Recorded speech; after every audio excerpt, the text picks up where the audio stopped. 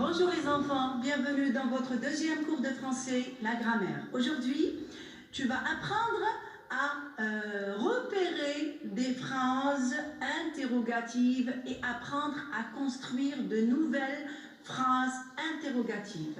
Avant de commencer, allez, ouvre ton livre, prends ton livre et ouvre-le à la page 84. Il y a un texte. Alors, tout en lisant le texte, essaie de repérer deux phrases interrogatives. Très bien. Observons le texte. Bien sûr, c'est un dialogue entre Yacine et papa. Yacine, qui ramasse les poubelles après chaque soir? Papa, ce sont les éboueurs qui ramassent les poubelles devant les immeubles ou les maisons. Yacine, où mettent-ils les ordures? Papa, ils les mettent dans le camion poubelle. Et regardez là, la photo, l'image, l'illustration du camion poubelle et les gens, les éboueurs. Très bien. Est-ce que tu as relevé les phrases? C'est bien. Alors, voilà la première phrase. Qui ramasse les poubelles après chaque soir? C'est très bien, tu l'as trouvé. Bien. Alors, la deuxième phrase, où mettent-ils les ordures? C'est la deuxième phrase. C'est parfait, les enfants. Très bien. Maintenant, je vous pose une question. Quels sont les éléments ou bien les mots qui vous ont aidé à repérer ces phrases-là? Ah, vous me dites où et qui. C'est très bien. Ce sont les points d'interrogation et plus, bien sûr, le point d'interrogation à la fin des deux phrases. C'est bien. Donc, qui et où, plus le point d'interrogation, m'ont permis de repérer, bien sûr, les phrases interrogatives. C'est bien. Observez la deuxième. Ces mots, bien sûr, nous les appelons les adverbes interrogatifs. Pardon, là, il y a une erreur. Hein. Les adverbes interrogatifs. D'interrogation. Voilà, après on va repérer ça. Il y a aussi une autre façon de retrouver ou bien de former une phrase interrogative, c'est l'inversion du sujet. Êtes-vous satisfait de notre travail, les enfants? Plus, n'oubliez pas aussi de mettre toujours à la fin un point d'interrogation. Et avez-vous compris cette leçon? Ça, on ne le sait pas.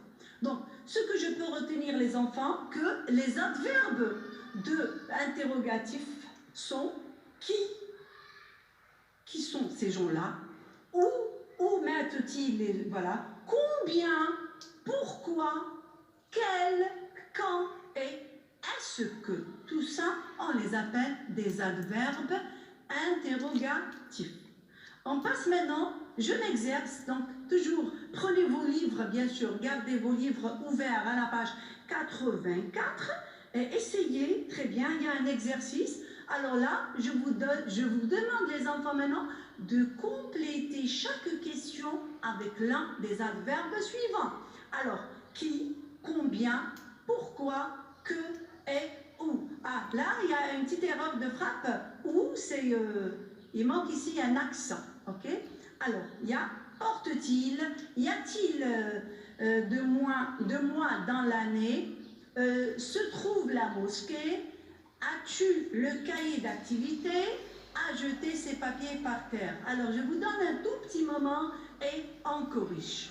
Donc, première phrase, bien sûr, ah très bien, voilà, tu l'as fait juste. Que porte-t-il? Si je pose une question, que portent les boueurs?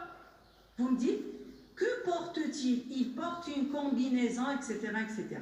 Deuxième question, là, il s'agit de compter les années, de donner un chiffre, un nombre. C'est bien, alors je dois poser la question, combien y a-t-il de mois dans l'année? C'est très bien, pour ceux qui ont fait juste. Ah, là, je cherche un endroit, la mosquée. Donc, quelle est la question? Quel est le mot que j'ajoute ici? Ah, c'est où se trouve la mosquée? C'est très bien, les enfants. Là, je demande en dernière phrase, alors là, je me pose une question. Qui a jeté ses papiers par terre? Voilà, c'est très bien pour ceux qui ont fait juste. Je pense que vous avez compris. Donc, voilà, je vous donne un devoir à faire à la maison. Bien sûr, tâche d'écriture. Alors, je vous demande ici d'écrire 4 phrases que tu vas poser à tes voisins qui participeront, avec un T, pardon, là, il y a une erreur de frappe, au nettoyage de ton quartier. Merci d'avoir suivi notre émission et à bientôt.